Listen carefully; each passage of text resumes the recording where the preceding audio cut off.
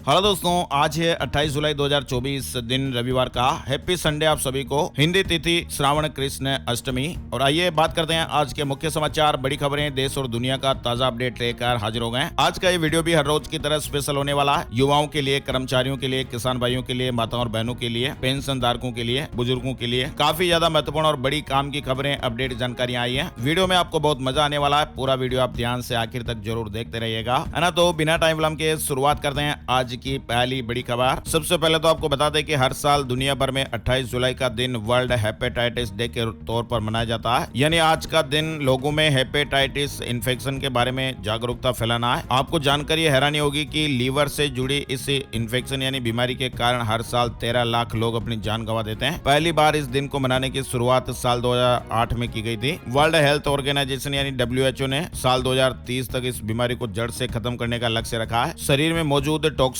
को बाहर करने में लीवर का बहुत बड़ा रोल होता है। अनहेल्दी खानपान और खराब लाइफस्टाइल के कारण कई लोग हेपेटाइटिस जैसी गंभीर बीमारियों की चपेट में आ जाते हैं। और इन्हीं लोगों को जागरूक करने के मकसद से हर साल 28 जुलाई को वर्ल्ड हेपेटाइटिस डे मनाया जाता है। इस बीमारी में लीवर में सूजन आ जाती है और खाना पचाने में भी दिक्कतों का सामना करना पड़ता है। हेपेटाइटिस के जो लक्षण है जैसे थकान और कमजोरी, मतली और उल्टी, त्वचा और आंखों का पीला पड़ना, पेट में दर्द होना, गहरे पीले रंग का पेशाब आना, भूख न लगना, जोड़ों का दर्द, बुखार, वजन कम होना, आंखों का पीला होना, इस तरह के बेसिक लक्षण दिखाई देते हैं। WHO की ओर से हर साल वर्ल्ड हेपेटाइटिस डे के लिए एक अलग थीम रखी जाती है और इस बार 28 जुलाई को मनाया जा रहा है। ये दिवस भी खास है। इस बार की जो थीम है वो है इट्स टाइम फॉर एक्शन। ये एक जानलेवा बीमारी है जो संक्रामक रक्त, दूषित पानी या भोजन से हो सकती है। जागरूक बने, स्वस्थ रहें और अपने बच्चों को भी हेपेटाइटिस के टीके जरूर लगवाएं। खबरों का सिलसिला आगे बढ़ाते हैं। बड़ी अपडेट खबर, 9 राज्यों को मिले नए राज्यपाल। संतोष गंगवार झारखंड भेजे गए। देश में शनिवार रात कई राज्यों के लिए राज्यपालों की नियुक्ति की घोषणा कर दी गई है। राष्ट्रपति भवन से मिली जानकारी के अनुसार लक्ष्मण प्रसाद आचार्य को असम का राज्यपाल नियुक्त किया गया है। साथ ही उन्हें मणिपुर का अतिरिक्त प्रभार भी सौंपा गया। वहीं गुलाब चंद कटारिया को पंजाब का राज्यपाल नियुक्त किया गया है। झारखंड के राज्यपाल CP राधाकृष्णन को महाराष्ट्र का राज्यपाल नियुक्त किया गया है। वहीं संतोष कुमार गंगवार झारखंड के नए राज्यपाल होंगे। हरिभाऊ किशन राव बागड़े को राजस्थान का राज्यपाल नियुक्त किया गया है। विष्णुदेव वर्मा तेलंगाना के राज्यपाल होंगे और ओम प्रकाश माथुर को सिक्किम के नए राज्यपाल की जिम्मेदारी दी गई है। वहीं रमेन डेका को छत्तीसगढ़ का राज्यपाल और CH विजय शंकर को मेघालय का राज्यपाल नियुक्त किया गया है। कैलाश नाथन को पांडिचेरी का उपराज्यपाल LG नियुक्त किया गया है। और बड़ी खबर, बीजेपी शासित राज्यों के मुख्यमंत्रियों की दिल्ली में बैठक हुई। PM मोदी, अमित शाह और JP नड्डा भी मौजूद रहे।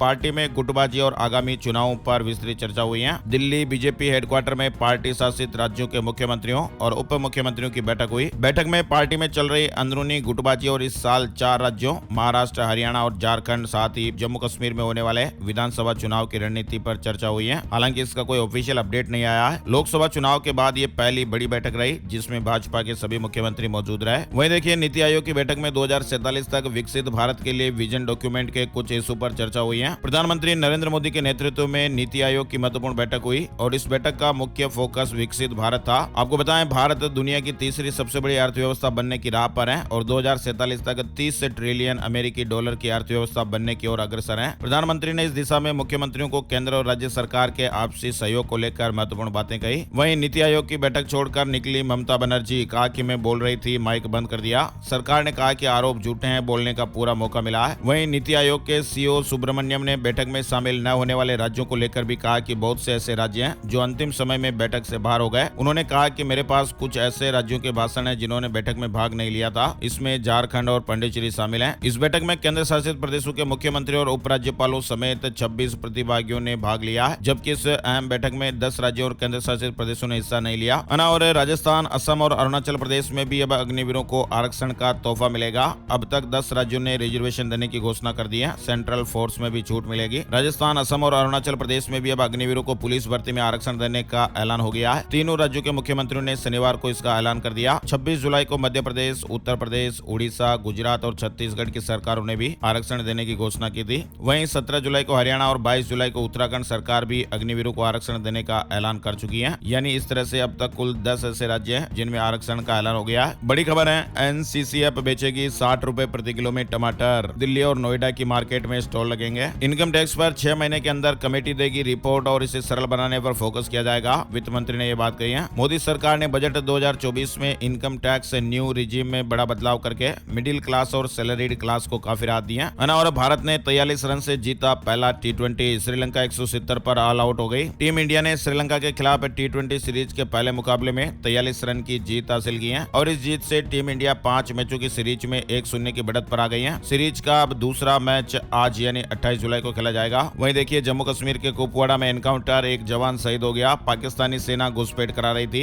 एक आतंकी मारा गया, मेजर समेत 4 जवान घायल हो गए। पेरिस ओलंपिक से जुड़े अपडेट्स भी आने लगे हैं। भारतीय शूटर मनु भाकर फाइनल में आज 10 मीटर पिस्टल का मेडल इवेंट खेलेंगे। हॉकी टीम ने न्यूजीलैंड को 3-2 से हरा दिया है। यूपी में कावड़ रूट पर एटीएस तैनात की गई है, ड्रोन से निगरानी की जाएगी। यूपी में कावड़ रूट पर एंटी टेररिस्ट स्क्वाड यानी एटीएस तैनात की गई है। चलिए आगे बढ़ते हैं। इलेक्ट्रिक गाड़ियों पर 30 सितंबर तक मिलेगी सब्सिडी। सरकार ने ईएमपीएस के लिए 278 करोड़ रुपए बढ़ा दिए हैं और इसमें इलेक्ट्रिक कारें शामिल नहीं है। आईसीआईसीआई बैंक का पहली तिमाही में मुनाफा 14.6% बढ़ा है। आय 18.6% बढ़कर 45,997 करोड़ रुपए रही है। बड़ी खबर है, सेबी ने विजय माल्या को सिक्योरिटीज मार्केट से बैन कर दिया। शेयर मार्केट में 3 साल तक किसी भी तरह का लेन देन नहीं कर सकेंगे। अब फ्लाइट में वाईफाई की सुविधा मिलेगी। हवाई यात्रा करने वाले यात्रियों के लिए गुड न्यूज आई है। देश की सबसे बड़ी एयरलाइन कंपनी में से एक विस्तारा ने फ्लाइट्स में वाईफाई सर्विस शुरू करने का आदेश दिया है। कंपनी ने इसकी जानकारी खुद सोशल मीडिया पर भी दी है। वहीं रिटेल सब्सक्रिप्शन के लिए 2 अगस्त को ओला इलेक्ट्रिक का आईपीओ खुलने जा रहा है। डिटेल सामने आई है। इलेक्ट्रिक स्कूटर कंपनी ओला इलेक्ट्रिक का आईपीओ 2 अगस्त को रिटेल सब्सक्रिप्शन के लिए खुलेगा। कंपनी ने शनिवार को शेयर बाजार नियामक में एक फाइलिंग में इसकी जानकारी दी है। और आपकी उम्र को 25% तक बढ़ा सकती है एक दवा। चूहों पर इसका प्रयोग सफल रहा है, अब इंसानों की बारी है। भले ही सब कुछ सकारात्मक रहता है और अनुवर्ती अध्ययन इस वर्तमान अध्ययन के निष्कर्षों का समर्थन करते हैं। इस तरह की नई खोज को मनुष्यों में सबल उपचारों में बदलने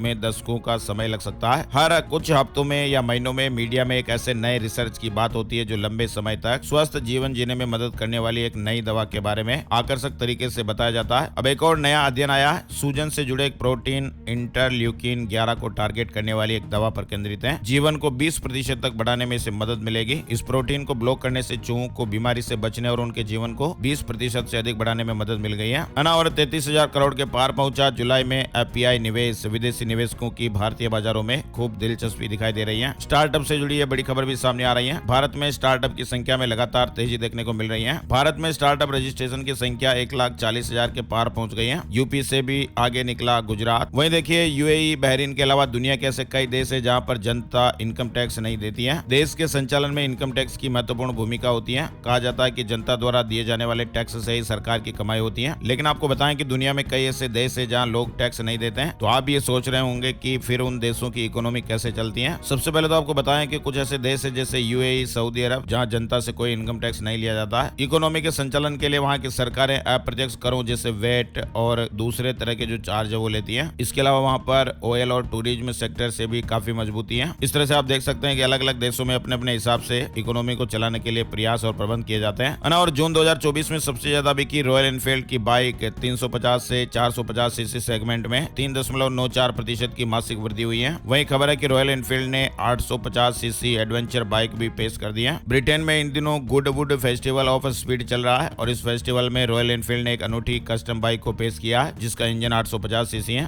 और कार से जुड़ी बड़ी खबर आ रही है। नई सुजुकी स्पेशिया गियर पेश हो गई है। जापानी कंपनी सुजुकी एमपीवी सेगमेंट में नई सुजुकी स्पेशिया गियर को ग्लोबली पेश किया है। ये रेनॉल्ट ट्राइबर जैसी गाड़ियों को टक्कर देगी। कैंपिंग के दौरान भी इनका इस्तेमाल कर सकते हैं। कई तरह की एसेसरी से इन्हें लेस किया गया है। अर्टिगा के नीचे की सेगमेंट में इसे रखा जाएगा।